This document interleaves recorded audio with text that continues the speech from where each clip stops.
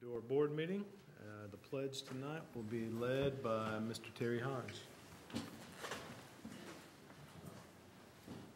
Pledge allegiance to the flag of the United States of America, to the republic for which it stands, one nation, under God, indivisible, with liberty and justice for all.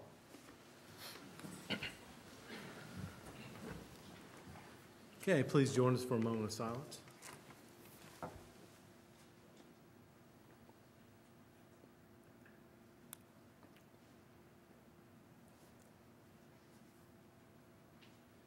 Thank you.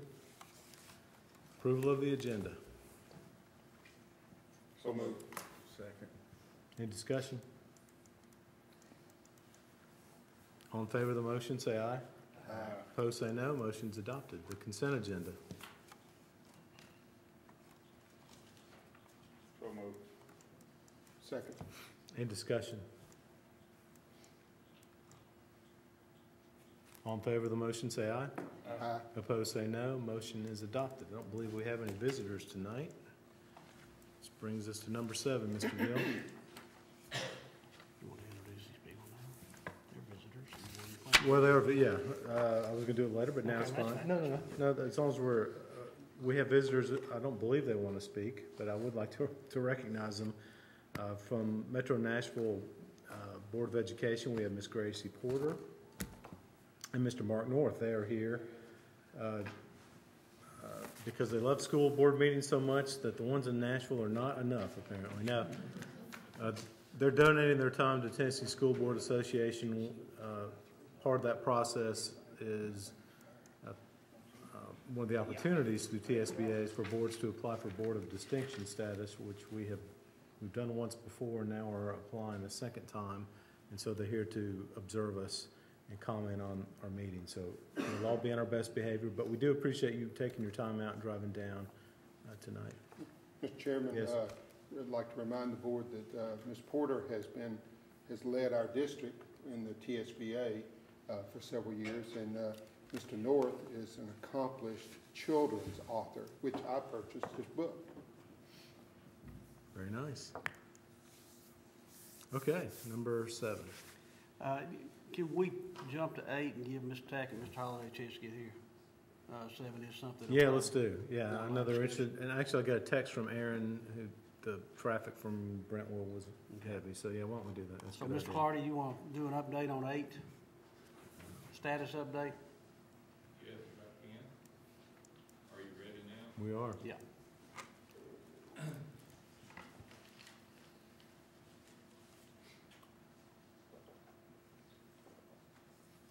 I just put some items on here that maintenance has accomplished over Christmas break. And just wanted the board to know what we've been doing. We screened and recoated several floors, Sturts Creek Middle, Sturts Creek Elementary, Smyrna Middle, Sturtsboro Elementary School, Thurman Francis gym floors. All of those were sanded and recoated over the break. Rock Springs Middle School, stage was repaired. We sanded and refinished that also. Thurman Francis Arts Academy, we removed the floor coverings, subfloor in 3 classrooms, replaced the subflooring and put down new vinyl composition tile. John Coleman Elementary School removed and replaced the VCT in a portable classroom there. Riverdale High School removed some old carpeting and replaced a new VCT in portable 6 and 7. Holloway High School, we installed VCT in the driver's ed room in the gym. Smyrna Primary School, as you know, in the capital improvements budget, we're replacing that roof up there, so we worked on that and got the north section of that building completed over the break. McFadden School, we replaced the entire ceilings in the school, including the kitchen kitchen, cafeteria, hallways, classrooms, and teacher work areas. And then Walter Hill School, painting contractor, painted the cafeteria and stage area there. Central Magnet School, we built a wall on the stage. And just in the last couple of days, we put a 10-foot extension on the existing stage because it was very shallow. So we removed a row of seats in the center, following the fire marshal specifications, and added on to that stage. We completed painting in the cafeteria at Kittrell Elementary School. Smyrna High School, we installed some new doors in the band room. Byrne High School replaced glass in 3 doors that were vandalized. And then Lascassas School replaced the fire alarm. Stewart Creek High School is proceeding well. We have now about 40,000 square foot of slab down. The exterior and interior masonry walls are going up. We're roughing in plumbing and electrical under slab and other areas, and continue to do site work and work on site drainage. Eagleville renovation. We have the gas line relocated. We have the storm sewer now completed there, the section that we needed to relocate.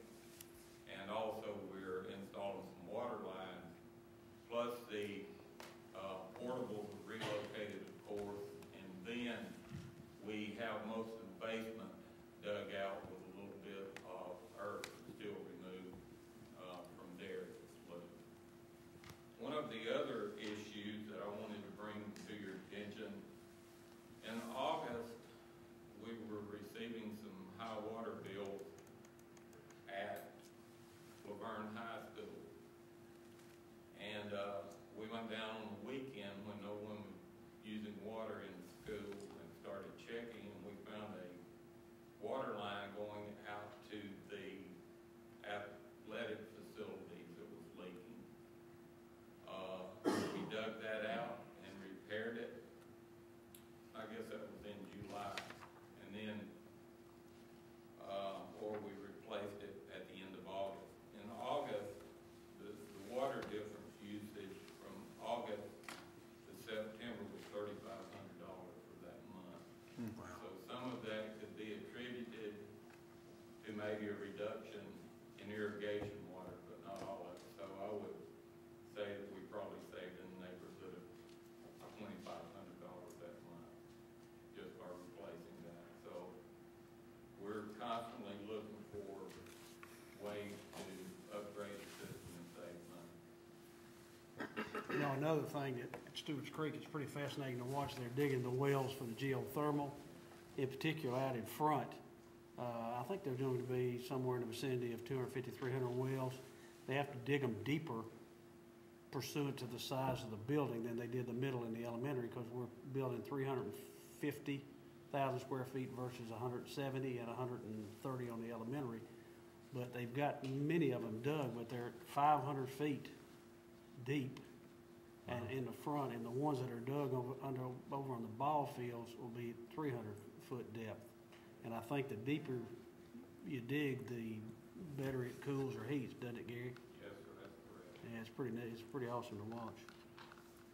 That's been a good move that we made, what, 7 or 8 years ago, Yeah. moving to geothermal. Yeah. We've saved a lot of money, and we're actually getting our school with geothermal metal roofs as cheap as anyone in the area getting theirs without that. So we're doing good. Yeah, Right. Gary, thank you for that report. Any board member have a question or comment? Your folks have been busy, obviously. Donald? Did you do that with full crew of maintenance men over the Christmas holidays?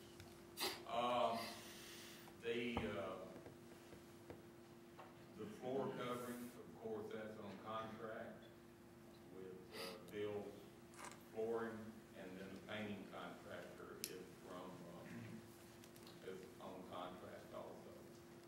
But that was pretty much the entire crew. There were some people that took off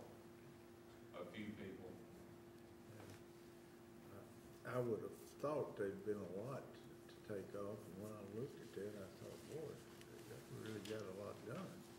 We do, and there's a lot of standard maintenance things that I didn't put on here because of, just kind of everyday stuff that we do. Now, you let them off for Christmas Day, right? Well, I wasn't here. You're assuming they took the day off. Okay. Any other comments or questions? Thank you, Jerry, for that report. Aaron's still not here. Why don't we go to 9? That's fine. There you go.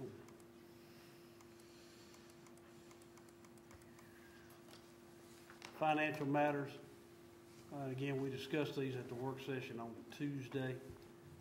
General purpose school budget amendments, classified staff, this amendment reallocates $25,867 in already budgeted classified pay and benefits. The $9,860 in account 72510-119 covers moving our federal projects accounting clerk entirely back to GPS budget. She has been partially paid by Title I Consolidated Administration funds, but with the cuts in the Title I allocation needs to be moved back to the GPS budget. The other amendments are adjustments based on actual staff in place and vacancies. No new funds are being used, and recommend that you amend $25,867 in already budgeted classified pay and benefits as presented. So moved. Second. Discussion. All in favor of the motion, say aye. Aye. Opposed, say no. Motion's adopted. Number 2. Special education high-cost students. This amendment budgets an additional $202,148 in state funds. These funds reimburse the system for some of the costs we incur for high-cost special education students. These funds must be budgeted for special education expenditures and are being budgeted in staff and benefit lines that need to be increased because of the high-cost students. Recommend that you amend $202,148 in IDEA revenue for high-cost students and the related expenditures as presented. Second. Any discussion? All in favor of the motion, say aye. Aye. Opposed, say no. Motion's adopted.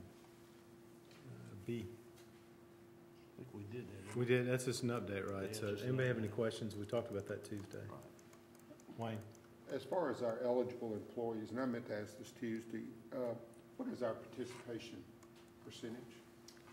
You know, ballpark, it doesn't have to be exact. I can go get a piece. That's okay, I was just curious. Next time. But just throw me an email if you We'll would. get James to put it into a board update. How about that? Okay. Thanks. Other questions? Grant? Has there been any other comments from any of the employees since our meeting of the night? Pretty well, everybody's pretty well satisfied with the situation. A letter was sent out to the people who were still on option 1, explaining the overall situation with this year's re-enrollment. So I think that took care of questions. Thank you. And we gave them a year, so. That's true, yeah. Okay, number 10 are our new and revised policies, which we've seen at the policy committee and seen here previously also. So unless we want to give Mr. Gill a workout, let's dispense with the reading of those. Move to approve. Thank you. Second. Any discussion? All in favor of the motion, say aye. Aye. Opposed, say no. Motion is adopted. 11 is our annual policy manual review. You had several sections there to look at this month. Any questions on that? Sure help you go to sleep at night.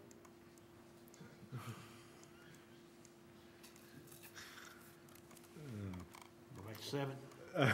Yeah, I was going over various responses to that, and I rejected all of them. If you do have comments or questions, just at any time, just feel free to shoot them to Angel, and she'll put them on the agenda of the next policy committee meeting. Yeah, let's go and do 7. We can't wait any longer. 7A Bulldog Drive right-of-way dedication presentation on Tuesday night. Mr. Steele gave a presentation on proposed Bulldog Drive right-of-way dedication on behalf of Mr. Schreibman. Plan of the proposed dedication is presented for the Rutherford County School Board's information. Yesterday, Mr. Reed, Mr. Clardy, and myself met with Mr. Steele, Mr. Schreibman, and also Ms. Bowling, attorney for Mr. Schreibman. In addition to that, Mr. Clardy and myself met with Mr. Steele at Smyrna High School to look over the potential use for some property that Mr. Schreibman has indicated he would donate to the school. In addition, we also looked at the area that was proposed for new sidewalks that Mr. Schreibman said he would be willing to build as well. And that said, Mr. Reed worked up the following motion, and it reads to approve the grant of a 30-foot wide temporary construction easement along Bulldog Drive, to authorize the chairman to execute a plat publicly dedicating Bulldog Drive to the town of Smyrna, and to deem the 1985 Brewer contract fulfilled, subject to Amnon Schreibman executing an agreement granting the board a temporary easement for parking within the commercial section of his adjacent property, paying all costs associated with the road and improvements required, installing a sidewalk along the length of Bulldog Drive on the school side, and agreeing to donate 30.41 acres to the board near the stadium by no later than when 1/2 or more of the Schreibman commercial acreage is sold or developed. The agreement would also provide that Mr. Schreibman will be responsible to do certain grading work near the stadium in a manner acceptable to the board staff. The agreement will need to be in the form acceptable to Mr. Jeff Reed, the board attorney. Wayne has a statement he wants Yes. to read. My employer has insurance company coverage for the family trust, so I need to declare a conflict of interest, but we'll vote my conscience. Okay, thank you. You've heard the proposed motion. We had discussion Tuesday, but now's your chance to have other questions or comments about this matter. Terry? I just got a question. These 9 acres that are being developed, that's multifamily, correct? All right.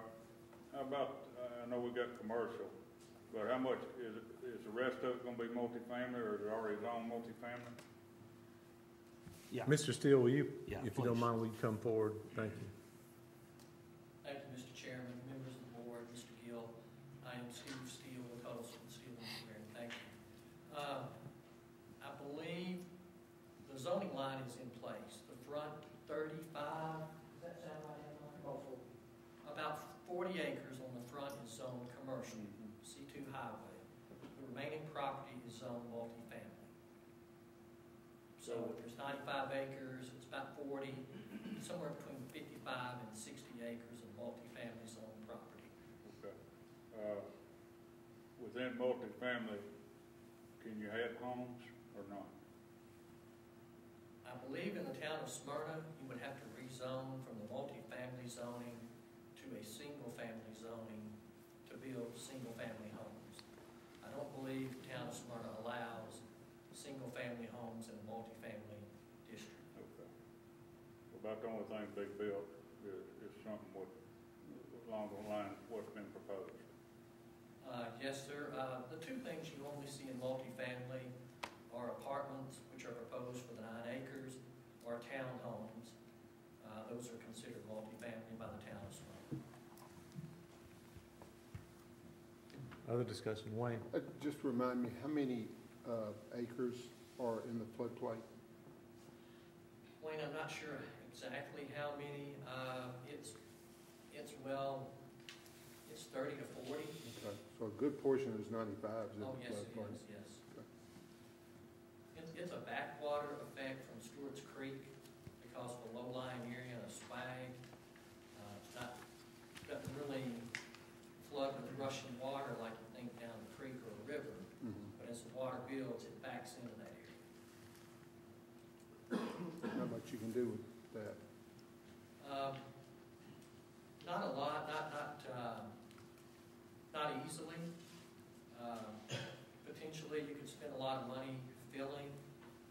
hydrologic and hydro studies, engineering studies, get approval from FEMA to fill in what's called a floodplain.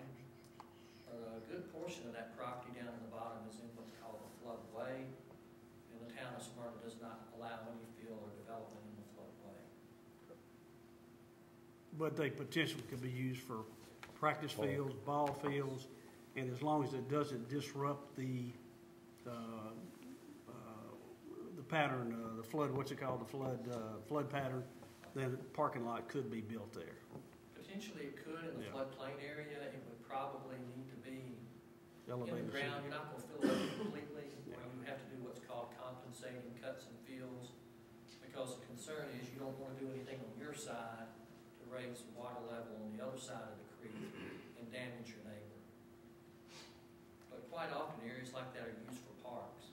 A lot of our parks, you see them flooded under extreme conditions, and that's why they're in that floodplain.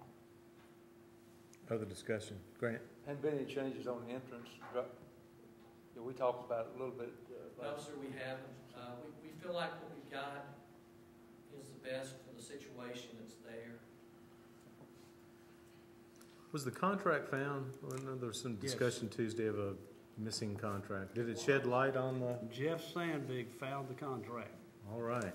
And what did it shed light on the situation at all? Well, let me first say I'm not an attorney, so I Right. don't want to give you an interpretation. But my understanding is it called for potentially a road to be built within 3 years, and then the contract pretty much expired. Does that sound right, Jeff? And that's where we are today. Okay. Further discussion? Call for the question. Need a motion? I'll make a motion to approve it. Okay. As long as Mr. Reed, you're happy with everything. Yeah, I just interject, during the discussion, obviously, when it first came before the board on Tuesday, Mr. Schreiman, there was no, I guess it didn't look like the board was really getting much out of the deal. After that, the next morning, Mr. Gill, Mr. Carty, and myself met with Mr. Schreiman, Ms. Bowen, and Mr. Steele, talked about some of the concerns that the board has shared Tuesday night about the impact of the school site and so forth. Obviously, Mr. Schreiman's property's been used for a long time for parking, kind of really illegally by us, just since we've been using it parking on his property without really your authorization to do that for ball games for some time. So, but there was a parking issue there with respect to the high school. So that was an issue we raised with Mr. Schreiman, so we'd like to see if we can get something done to figure out some long-term solution with our parking that we need for the high school stadium. Also, the issue with respect to the road improvements, whether people would need to be walking along the side of the road. So we thought it might be appropriate to have sidewalk installed on the school property, given the improvements that Mr. Schreiman was contemplating with respect to the property. And Mr. Schreiman is very, very good to deal with. He agreed to install the sidewalks as we requested at his expense on the school property.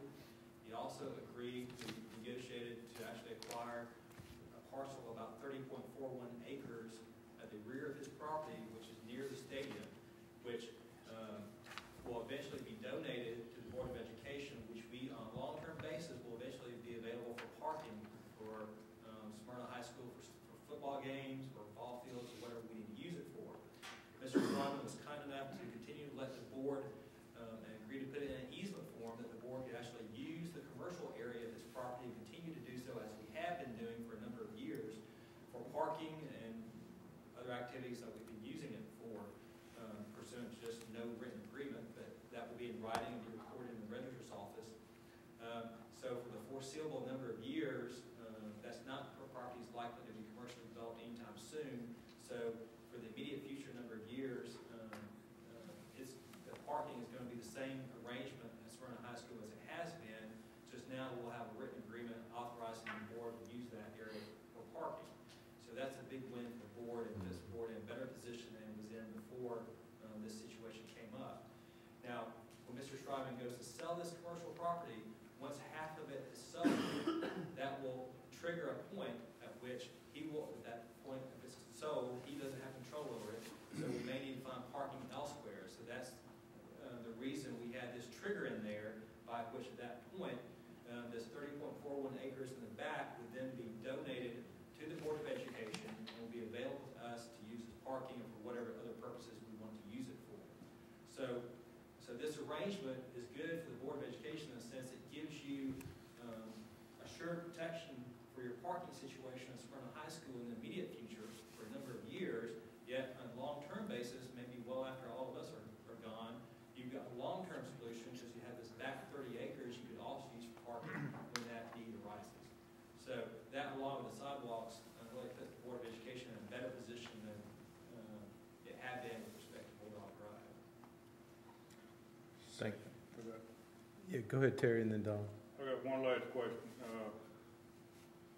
Before this project actually takes off, there has to be a traffic light put out there first, correct? They can address that better than I can, but the plans are due call for a traffic signal to be installed there at the end of Bulldog Drive. So that's got to go through TDOT and all that. It has to be approved by TDOT. They typically don't do that until the development's actually there because they want, TDOT wants to make sure the improvements have been made prior to authorizing the signal being placed there because they don't like to place signals on hypothetical plans. They want to make sure the development's there before they actually approve the signals. Well, let me ask you this in connection with Mr. Hodges' question. Can you occupy the dwellings without it being signalized, or is that a condition that the town of Smyrna nipped in the bud? At this point, one of the conditions of approval by the town of Smyrna Planning Commission was that just from memory, that the signal be installed prior to receiving a certificate of occupancy, I believe. They agreed to allow the project to go forward, to be built, because it's kind of the chicken and the egg situation that Jeff just referred to. TDOT doesn't want the light up unless they know the project's going to happen. But at this point in time, that is one of the town's planning commission's conditions on site plan approval. Don, were you done, Terry? Yeah, I'm done. Don? I was just going to second the motion. Go ahead. Okay. Terry made it. All right. So we have a motion, it's been seconded. Any other questions? Well, we appreciate all the work that was done. We'll vote here in a minute, but I'm anticipating a happy conclusion. And I want to thank everybody for working together. Thank you, Mr. Schreibman, for your donation of this ability to continue parking on that land and ultimately the land itself. And thank you, Harry. Anything else before we vote? All in favor of the motion, say aye.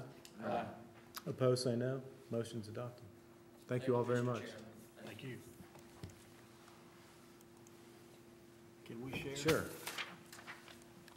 B, change order request for Kittrell Elementary School sewer. The Kittrell sewer system is now complete and operational. Rutherford Utility Company, LLC, the contractor for the system, has submitted a single and final change order in the amount of $4,905 for changes including $4,250 for a perimeter drain around the sand filter for surface water, $385 for a 6-inch ball valve, and $270 for a change in the electric meter base at the building. Funds for the change will come from capital improvement budget, and we recommend that you approve the final change order in the amount of $4,905 for Rutherford Utility Company, LLC, for changes to the Kittrell Elementary Sewer System. Change will be funded through the capital improvements budget. Move to approve. Any discussion? All in favor of the motion, say aye. Aye. Opposed, say no. Motion's adopted. Okay, next one, Mr. Gill, I see. Yes, sir.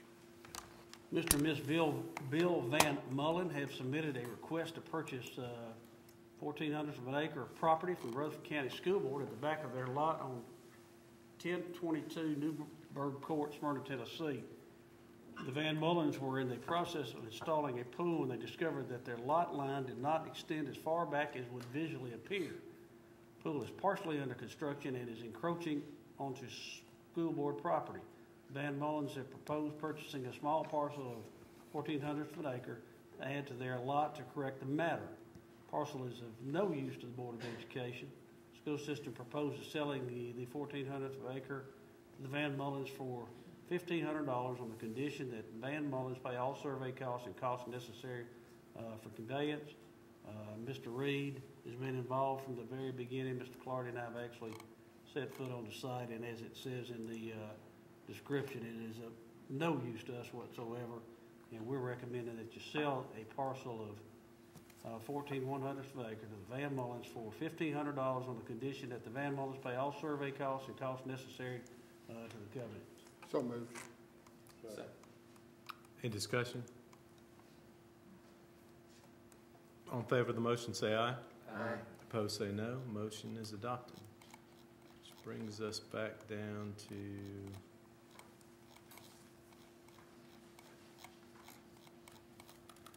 number 12. Let me just give a brief report to the board on what I've learned today, or yesterday, I guess, about searches. We had considerable discussion Tuesday night about options, and it seemed to be that there was some interest in both hiring TSBA and then perhaps also somehow modifying their existing plans.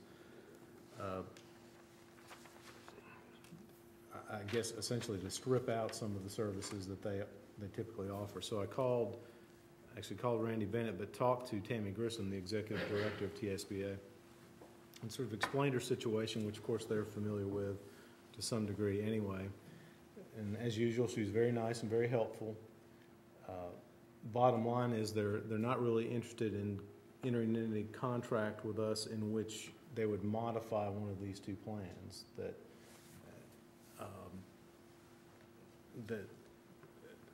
they thought they had it pretty well laid out, that they were reluctant to put their name to a process that they didn't feel comfortable with.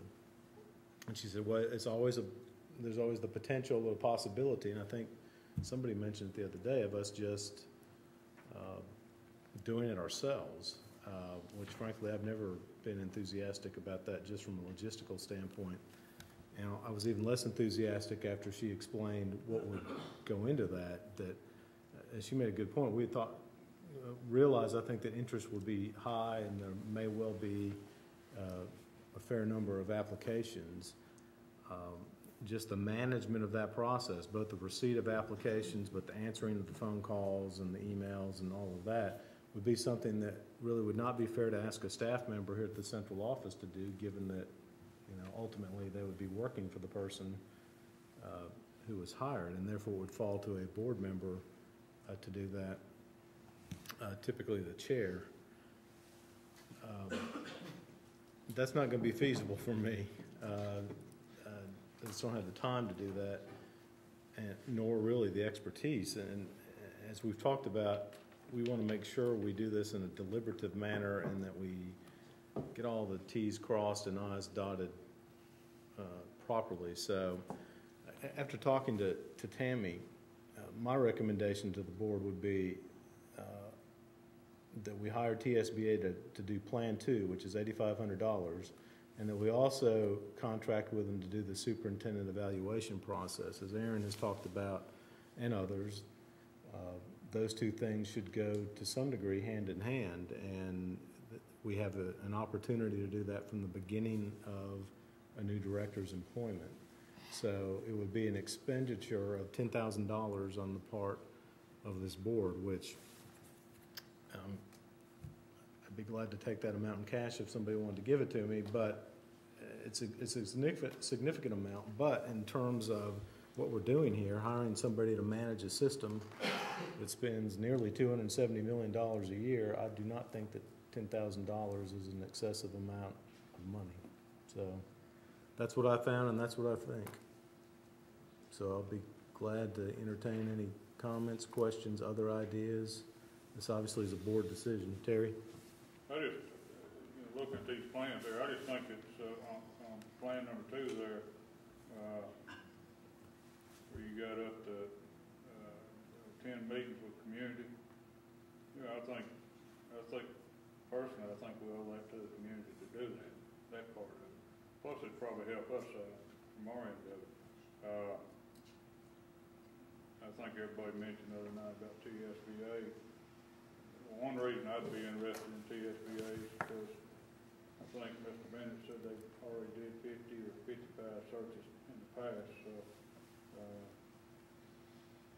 I presume by that, they know what they're doing, got enough experience and everything, so, I mean, I'll make a motion to go with Plan 2 and include the evaluation into it, if you're looking for a motion. I am. I'll second it. Okay. And TSBA, I mean, they exist for us, and their expertise is exactly this. So, you know, I can't see paying $25,000 plus for a service that, for a quantity that we're already familiar with and that we already have confidence in. So, again, this is no small investment, but it's a very important position. So, I think it's a good investment. Tammy did stress, and I think we all know that, but it was good to hear it reiterated that, you know, if we do enter into this contract with her, it's their job to help us. They're not going to tell us what to do. It's still our search. It's still our decision. And, you know, they will come forward with a set of recommended finalists or semifinalists, but we're not bound by that list. We can ask to see other people. It's, bottom line is, it's our search. And we're enlisting their help and their expertise, but ultimately the responsibility, as it should be, lies with us. So I really don't have any qualms that they're going to try to wrestle the search away from us or appoint somebody that they want to appoint or any of those sort of concerns. Tim? At what point, and maybe that's this evening, or do we establish a deadline for application and whatever? No, we have a special call meeting set for next Thursday. With any luck, if this motion passes, we'll have one of those two folks here. And that's, in my view, or in my vision of it, that's when we would get down to the nuts and bolts and start thinking about qualifications of what we're looking for. I mean, again, some of that's set by policy, but that's when we'd start making those kind of decisions, would be next Thursday.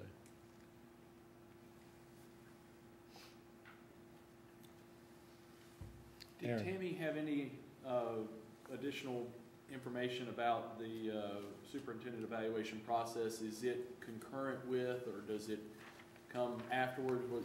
It's okay if we didn't have any conversation. We'll probably hear it next Thursday, were this to pass. No, we really didn't get into the timing element of that, so that'd be a proper matter to bring up Thursday.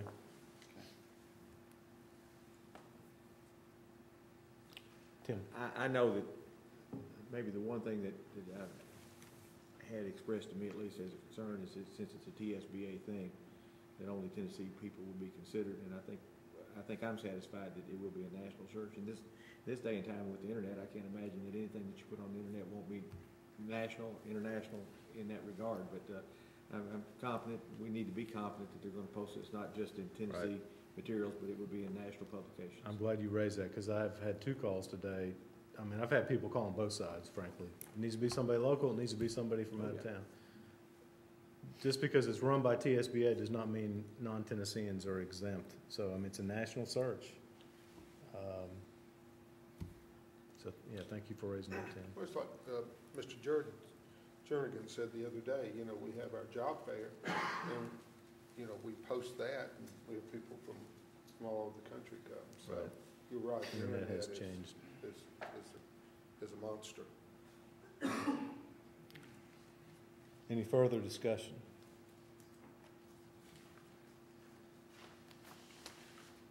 All in favor of the motion, say aye. Aye. Opposed, say no. Motion's adopted. So you should already have it on your calendars, but a reminder that we'll be here at 5 on Thursday the 19th to take our next step. Brings us to general discussion. Tim? Just someone asked me this question today, and so I wanted to maybe clarify in my mind as to what the practice has been. for the hiring of the new principal at Rock Springs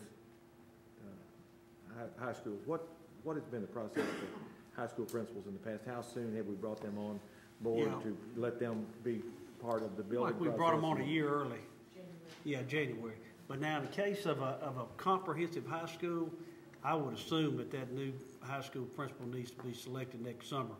I think we haven't opened a high school since I've been here. Well, I take that back. We opened Siegel, and I can't remember when Ken Nolan was hired, but, I can. Yeah, you can. Yeah, you definitely can. That was in January. January. That was in January. Okay. So I don't know. Personally, I think you have to start looking early. It's going to be a big job. Well, I think that's a discussion that's worth going ahead and getting into place, and as to when that hire might be taking place as well. Yeah, I agree. As Wayne has mentioned, and we're all well aware, the rezoning that's going to be associated with that is going to be a bear, at least has the potential to be that way. Harry, are you working on that now? I thought you were. We've done some preliminary stuff, and I think here in a month or two, we'll put forward a proposed timeline and a schedule for meetings and all those kind of deals. In the interim, I guess the board needs to be thinking about grandfathering and those kind of deals, but we'll put some of that out there for you. Well, it's Yeah. probably I don't know, the longer the better, I would think that we have to consider that. I mean, typically what we make those decisions, try to make them before Christmas of the preceding year. Right. So that'll be, I would imagine, a fall I can see, decision. I see it early fall, having Yeah. public meetings, those kinds of deals, and having Right. it done before then. Certainly benefits the principal or the administration, they Right. don't to have that information. Yeah. Okay, other discussion? I do have one thing I need to say, that election time is coming up for the school board. 4 of us are up for reelection. My family and I are in the process, early stages of building a house in a different part of the county, which means I will not be a resident of Zone 6 anymore, which means that I will not be running for reelection. So I definitely have mixed feelings about that. But I've enjoyed my service. Wish I could stay on, but building this house has been a project of ours for some years now. So we're excited about that prospect. So I will not be running for reelection. I wanted to give, I don't know exactly when the qualification deadline is. It's 2-3 months away, I guess, but I wanted to give folks out there who might be interested in running a chance to investigate that. Donald? Well, of course, I think it's been fairly well known that I will not seek re-election as well. And I look back on my time on the board with a great deal of emotion. It's been a wonderful experience, and being a part of Rutherford County education for 40 years has been something that I certainly cherish. And I appreciate the opportunity that the people of my zone gave me to serve, and I hope I haven't embarrassed them. But and I've enjoyed working with the board and Mr. Gill and the central office staff. Hate to think about, in one sense of the word, not being part of education later on, but there comes a time when we need to move on, and I think it's my time. Thank you, Donald. It's like losing family members. I know when Chairman Wise and Doris announced that they were not seeking re-election, it's like losing, family members that you meet with on a fairly regular basis. And that's certainly the case with you, Mr. Chairman, and you, Mr. Jernigan. Y'all have been such stalwarts on this board for so many years and been such tremendous service to the children of this community. Thank you. Thank you, Wayne, appreciate that. Well, with all the somber news, I've got Good, let's end on a high on a note. positive note. Jeff Sandvik will be the designee this year to call school off for inclement weather.